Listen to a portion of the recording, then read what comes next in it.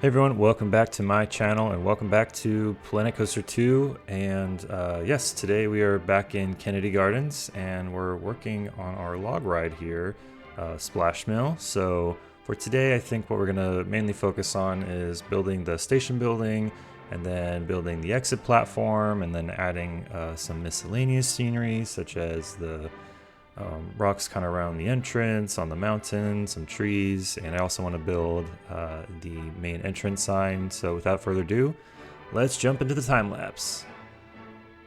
Okay, so now that we're in the time lapse, I think the main thing that we're gonna, like I mentioned, what we're gonna work on today is the station platform. And the station platform is a little bit tricky because I decided that I wanted to make the entrance and the exit on the same, or like in separate buildings. So you can see like on the left hand side here we have the station building, and then on the right hand side we have the exit platform. I don't know if it actually makes things more efficient. I would imagine so, because if you have the exit platform, you have to, I guess, I don't know, you have to corral people on and off, and it's better if the logs come in emptied. So yeah, for this one, I decided might as well try doing an exit and entry separate platforms because I'd never done it before. That kind of made things tricky because the game wanted me to add a staff entryway, so I had to kind of move things around, and I built sort of a bridge over the track here. So that's kind of what I'm covering up, is the staff pathway, and that staff pathway actually kind of goes through the mountain and exits on the other side. So it was a fun little way of me hiding it, but yeah, anyways, and yeah, the station platform, I wanted it to mainly be just kind of a standard wooden I don't know, trellis and standard, I don't know, it's not very unique in any way. It's kind of just a standard trellis roof with a shed, but I think I'm kind of putting it in towards the mountain, so we get more of a, I guess you could say, kind of it's embedded in the mountain, I suppose. So I think that adds kind of a bit of character. Then what I'm adding here is pretty much just it's like kind of a little entryway or this is like the first turnaround once you come out of the station. So I'd imagine here if I could, I would have like an animatronic sitting on a rocking chair telling you about your journey that you're about to have. So it's just kind of a little introduction cave thing there. And actually, fun fact, I think on the Splash Mountain ride that I made back years ago, which is pretty much what this log ride is based on. I should also mention, if you are new to the channel and you're just watching this video for the first time, this ride that I'm doing here is it's a kind of a recreation of my old Roller Coaster Tycoon 3 ride I made back in the day, so you'll probably hear me reference it every once in a while.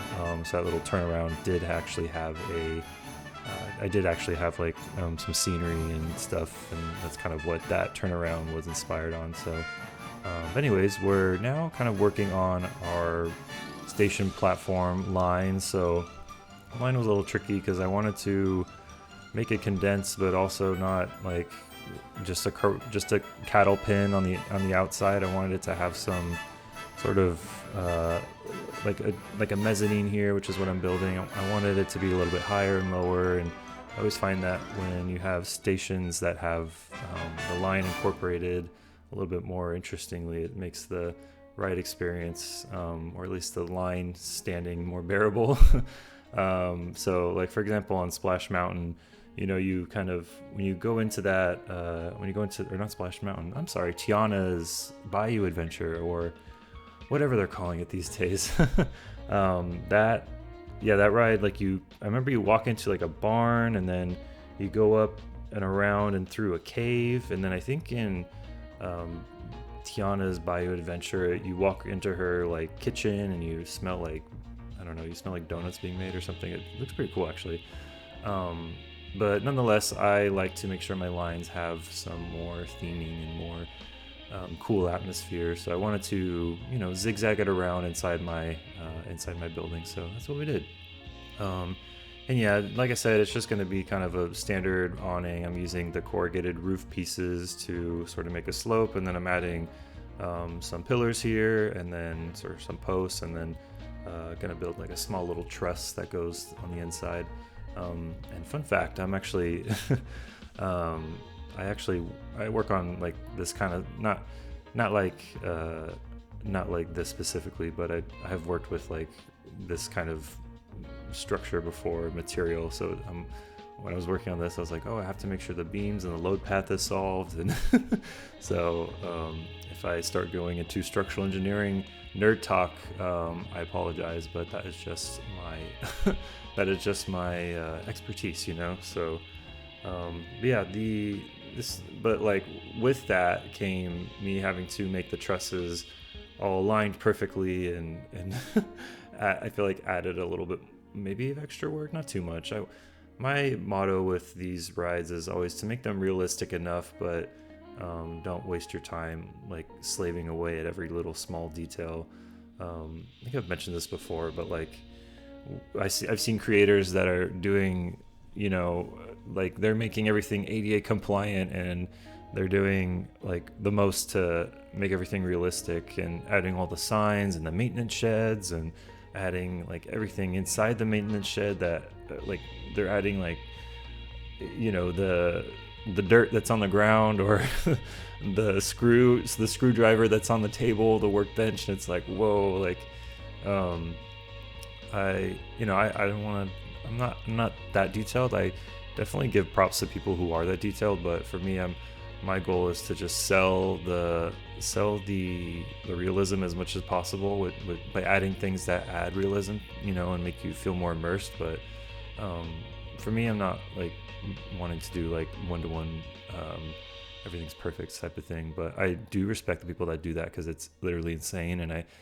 And if you ever want to feel immersed, like go and watch like that type of content for Planet Coaster. You'll be amazed. There's a lot of good creators that will do. They use like the 1 meter method. I don't know if they do that on Planet Coaster 2 anymore. I remember there was like the 4 meter method that you would use to make things like the coaster's more smooth or whatever. But I don't know if they're still doing that for Planet Coaster, if they've fixed some of the smoothing issues. But I think they have like a mod where you can make it 1 meter, and then everything is like incredibly smooth and realistic. So I would recommend that type of content too. But for me, I'm quick and dirty, doing it as fast as I can. Because I think with me is I like to have not quantity over quality, I would say, but I like to have quantity and I want to have quantity so that it feels like the holistic, everything in the park seems like holistically as one thing. It's sort of a cool, like the theme park has everything, and it's like it could be a real theme park, you know. But with that, if I'm building these big parks, I can't really get like down to the nitty gritty details all the time, or it's more just to make everything feel like it's realistic, but not have it run at 5 frames per second. So that's kind of my goal. But anyways, back to what I'm doing. So yeah, we've mainly finished the main shed here. The main shed, I think I added a little bit of extra details with those little corner pieces. I forget what they're called, but those corner pieces add a little bit more detail and make it seem a little bit more fancy. Not every single pillar has those has those little kickers there, but they looked cool, and I think the station deserves a little bit more TLC. So that's what I did. And then now one of the fun parts is actually adding all the lighting. And the lighting was, I don't know, the lighting I mainly just go with whenever I'm building anything Western is I just go with like these hanging lights that I'm putting up here, and then those lanterns as well. It's the Western lighting is usually pretty easy, but lighting can sometimes be a little bit frustrating because I'll put down all these lights and then they end up being not bright enough, or I can't change the color or whatever. So sometimes that can get a little bit frustrating. But anyways, the other like inspiration besides like Tiana's Bayou Adventure or Splash Mountain for the station was also like Timber Mountain Log Ride at Knott's Berry Farm, which I've kind of been saying this whole ride is like loosely based on. But in that station you also have, I think there's like a bridge you walk up, and then there's a dual loading platform where you walk down and load the logs there. So I wanted to, so I kind of getting sort of inspiration on that as well, and just thinking about like what real log rides would do. So now that we've kind of moved on from the entry station platform, now we're doing the exit platform. And the exit platform is, pretty much the same kind of style of building as the station, with these awnings, and then kind of a pitched roof, and just standard trellis, nothing too crazy here.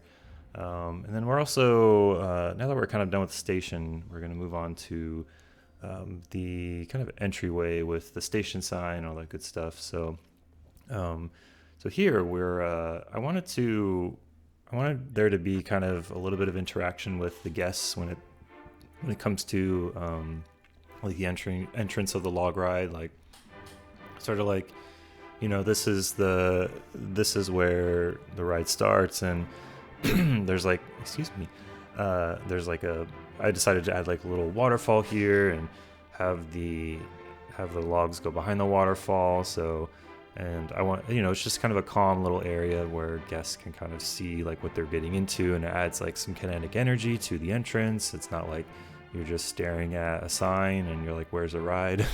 The ride is right there. And I don't know, I've said in almost probably every video, is I love adding kinetic energy to my parks as much as possible. I love integrating the ride in and out of pathways. I think it just makes things so much more enticing, and you go to any theme park, makes things seem like a lot cooler. So I wanted to do that, rather than just hide this whole thing in a massive show building. So and then finally, we're just gonna wrap up this video with some building of the entrance sign. And whenever I build these entry signs, or like ride signs that show the name of the ride, and where the guests kind of walk through, I always have so much fun, because this is like my time to add like a lot of cool realism. So here I decided to, in addition to making like the main big sign say like Splash Mill, which we'll get to in a bit, I also wanted to add the like I've been adding in this park, I've been adding like priority signs, or I'm having each of the major rides have a priority lane, and then in like a regular entryway. And so happy the developers decided to add that, because I think it's so like realistic and cool. So when I did that, I was like, okay, I want to make ride time, signs. Like when you go to Disneyland or any park for this matter, they'll have like a digital sign out front that says like, oh, the fast pass is going to be, is a 10-minute wait, and then the regular line is an hour wait, or something like that. So so I made this sign. I decided to keep up with that lore of the park, and keep the same kind of sign style, because on the other ride that's in this park, the roller coaster, you can kind of see in the back there, Merlin's Revenge has those digital signs that are hanging, and I'm just kind of going with like, okay, every ride in the park's gonna have this like digital sign where it shows you the time to wait. And the best thing to do, so right here is see like 5 minutes and then 45 minutes. I actually don't think my like priority pass lane is like very realistic, for lack of a better word, because it kind of just goes straight to the station. There's no like queuing length, and I'm worried that like, oh gosh, like what what if they don't board the passengers like quick enough, and then the line backs out to the rest of the park. So I'm like, oh gosh, but yeah, so we're kind of actually, that's the other thing too. I'm worried that like when I open this park and this ride becomes popular, the regular line is gonna go out back. So I might have to do something where I did on Merlin's Revenge, where I like added a cattle pen like on the outside with some awnings. So I might, or some like quick canopies. So I might do that here. If whenever I open the park and it seems like it's just everyone mauls to this ride, then I'll do that. But for now, I think it's fine.